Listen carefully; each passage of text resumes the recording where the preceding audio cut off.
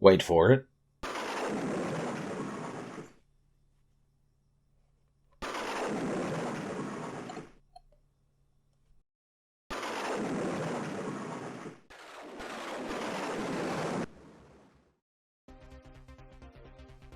One Must Fall 2097 was a 1994 PC fighting game. When you talk about fighting games, there are certain franchises that have endured. Your Fighters of Streets and your Combatters Mortal. The thing that unifies those franchises, the long-running, commercially successful, and franchise-viable visions of how people get into a ring and kick the living snot out of each other, is that almost universally, they got started on an arcade cabinet or a console capable of emulating an arcade cabinet. In Understanding Media, Marshall McLuhan said something to the effect of, "The medium is the message, and also I really like girls in stockings and glasses, because, as you might have picked up from talking to me for a while, pretty much everyone who's a scholar of media studies is to some extent or another an utter weirdo." But McLuhan's point is one that I keep returning to on this channel, where what we tend to think of as media has less impact on our lives and the world we live in than mediums. A TV show is never going to be as important as the TV itself. The TV show may make you want to have a TV so you can watch the TV.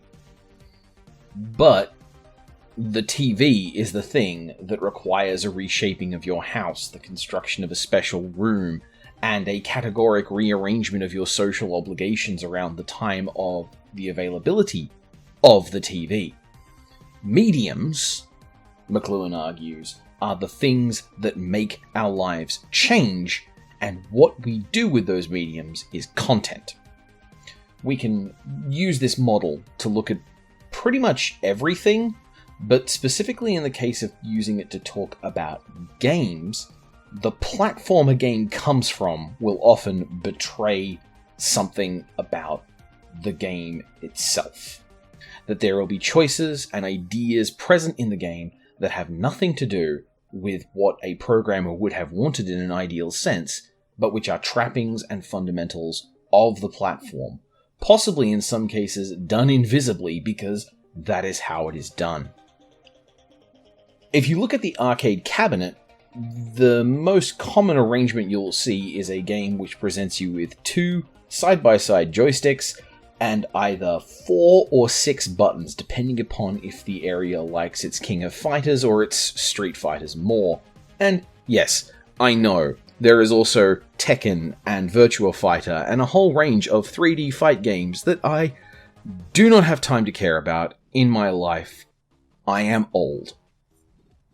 But the stick button arrangement on a constantly playing device with a large screen meant that there was an avenue for people to come and to look and to play together. And economically speaking, arcade cabinets like this made a lot of sense. You were usually getting shorter play sessions for more money because two people would play, and they would play a little bit against each other, but their skill was always going to be the cap on how long they could play, and rounds were timed. The upshot of this is that the arcade cabinet space was one where the fight game could thrive because the economic incentives and the type of medium people were used to could all line up. The PC did not have this luxury. First things first, in 1993, when One Must Fall was very first being developed and released, you could not reliably assume that a PC gamer would have 2 joysticks. You could not reliably predict that they would have 1 joystick. In fact, at 1993, you couldn't guarantee that they would have a mouse. So much so that if you go back and look at the games from that dark age, lots of them have no mouse compatibility or have mouse rules that behave very weirdly. No, if you wanted to get 2 people playing a fight game on the PC in 1994, you had to make it so that they could both use the keyboard at the same time. And that presents problems. See, keyboards don't behave like the switches on a joystick. The joystick arrangement in an arcade cabinet is made up of essentially a single switch for every type of input that can be done. The joystick itself has a bit more complications than that, but essentially each button independently prioritizes itself. The button that gets pushed first gets treated as the one that got pushed first, because that's what they should do. But a keyboard is designed to handle a lot faster inputs over a lot more variety, and that means that when time comes to press multiple keys, possibly more than one key at the exact same instant, the keyboard has to take priorities. Sometimes these priorities make a lot of sense. For example, the numlock and scrolllock keys technically talk to the BIOS and say, hey, I'm not even talking to the computer at this point, just what are we doing? Can you seize the screen? Can you change this input? That's stuff that from the dark ages of computers were necessary, and now we have them as part of the backwards compatibility of the PC. But there are other things going on.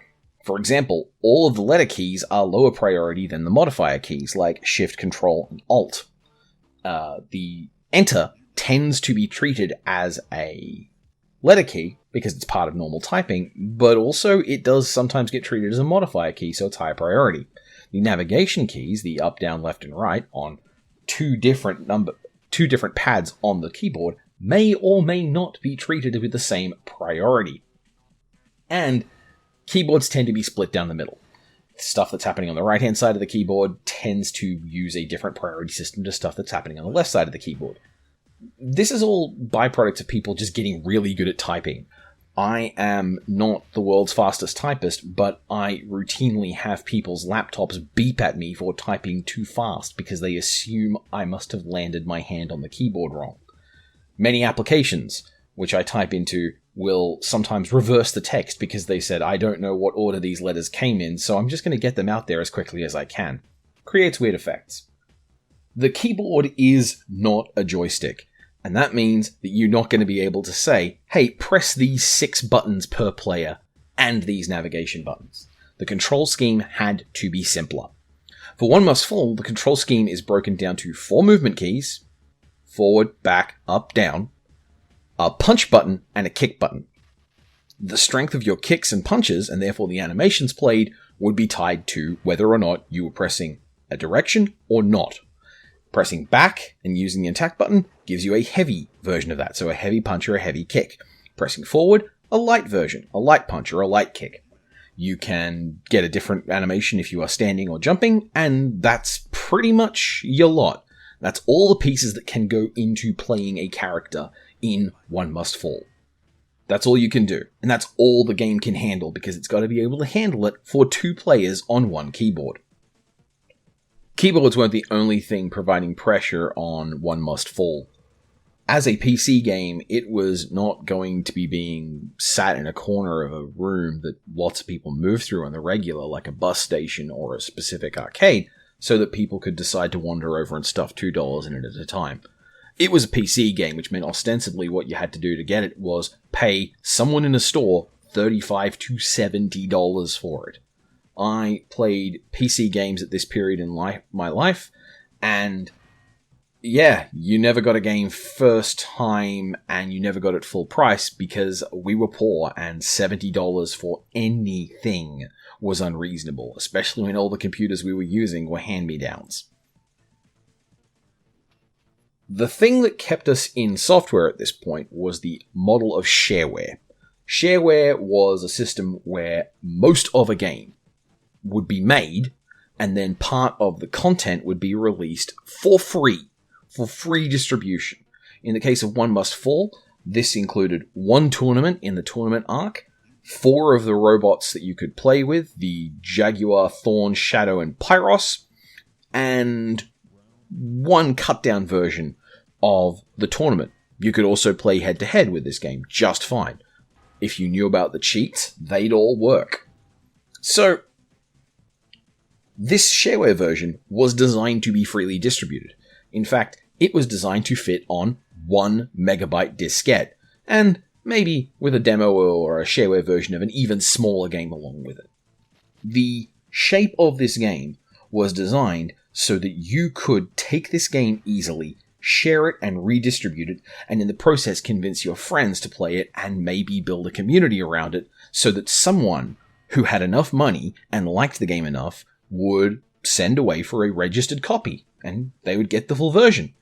Which, knowing PC gamers in the 1990s, they would probably then pirate around to all the same people. Because things were weird. Yet despite this, video games managed to become the single biggest thing on the planet, so I don't think the fear about don't copy that floppy was entirely justified. Thing is, this whole McLuhan-ish start was something I prepared ahead of time because I thought, with all of my memories of One Must Fall and how much I loved One Must Fall, going back to it, returning to this childhood love was going to be embarrassing. See, PC fighters didn't take off. They just weren't set up for the same kind of experience that everything else was, and if you wanted to play a game on the PC that involved playing with other people, IPX and Dwango were just around the corner, and you wound up getting people playing Quake and Doom over the internet, rather than getting 20 people to play a round-robin tournament of One Must Fall in your living room.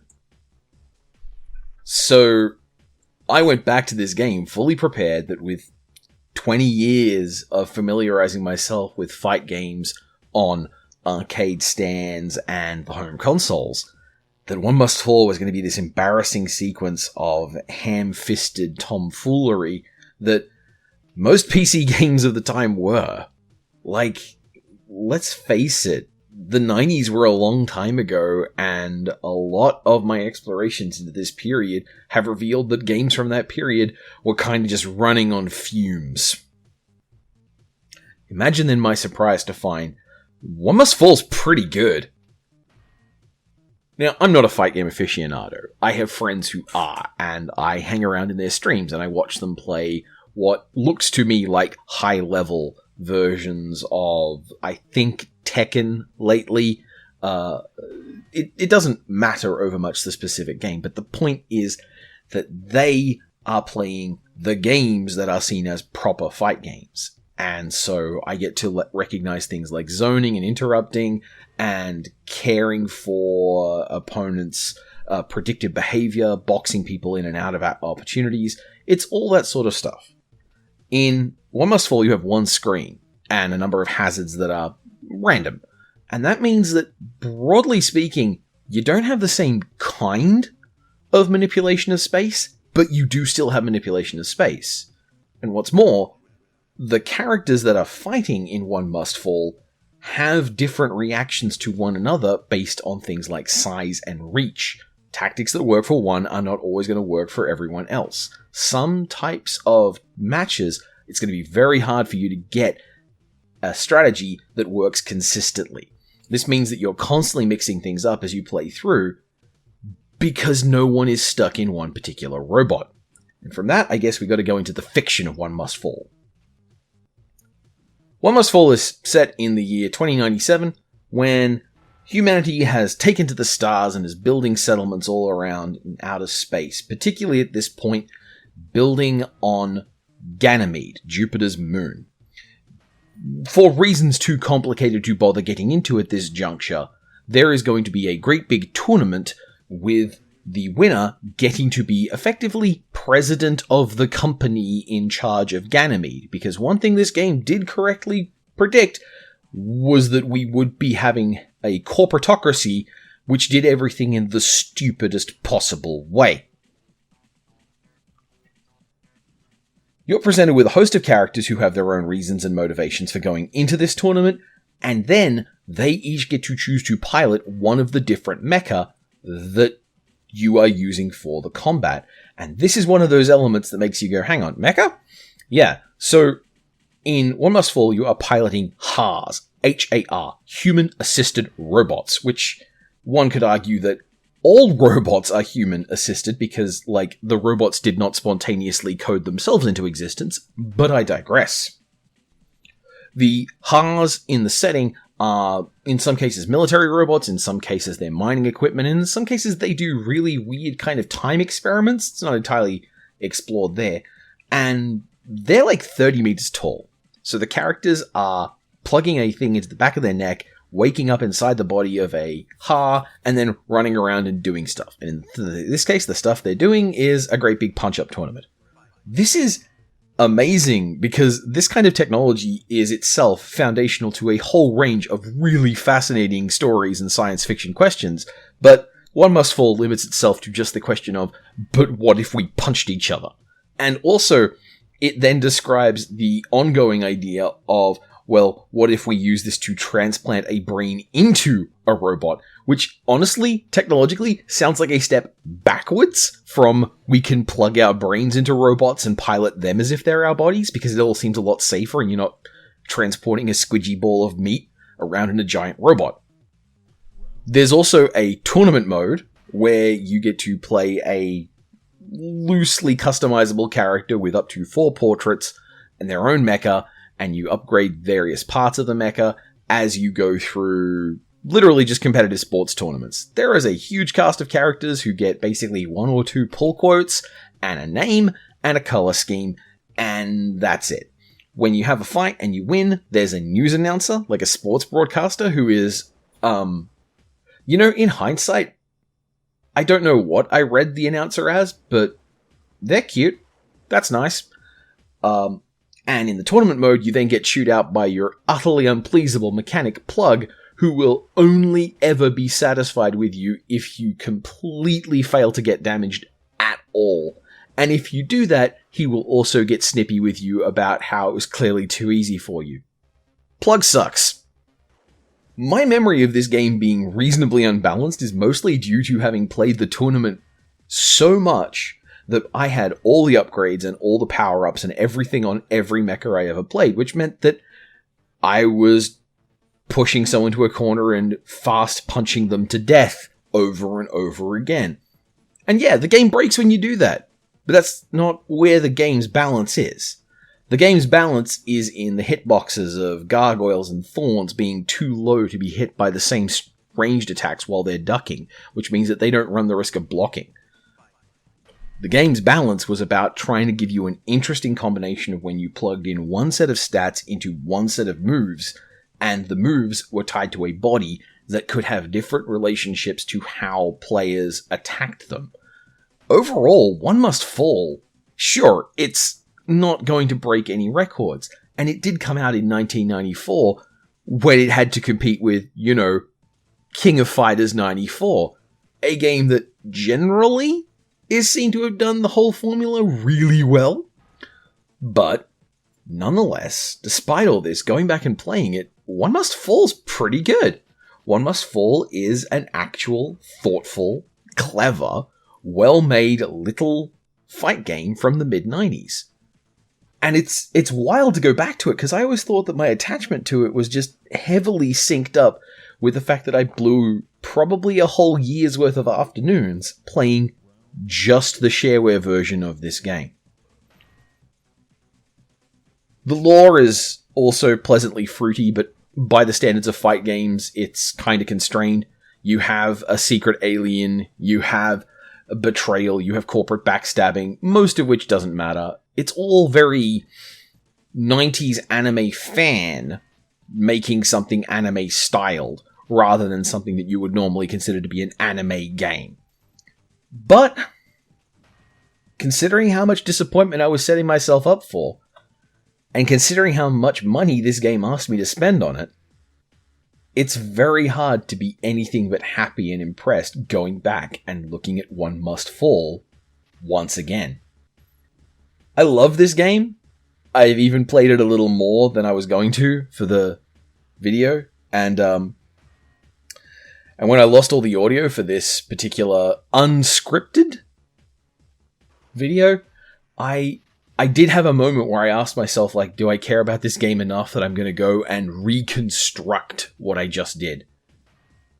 And the fact is, yeah, I am. I absolutely am. Because I love this game. And I feel like, if nothing else, I wanted to play around with this space again. This space where you have a wheelchair-bound woman who takes to a fighting tournament that lets her escape the meat body she has. The space where the boss of the first arc is secretly planning on stabbing the villain in the back so that they can get away with taking over the company. And then it turns out that that very boss has put his brain inside a robot and is now dead. I want to go back to this game where there were actual secrets that were well hidden, and that meant that players didn't wind up just knowing everything about a game because they flipped through a text file that came with it, or heard a little bit of gossip on the playground. This game has destructions. This game has scrap moves. It has 2-stage fatalities, effectively.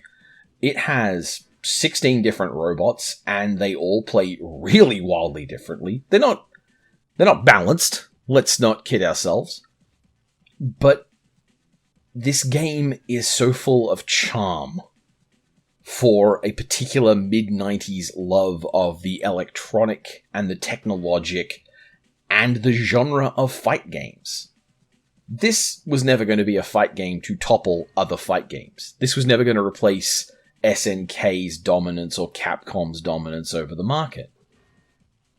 But it was a sincere love letter from someone who adored this genre and tried their best to do a good job with a particularly non-standard set of tools. And I think that's excellent.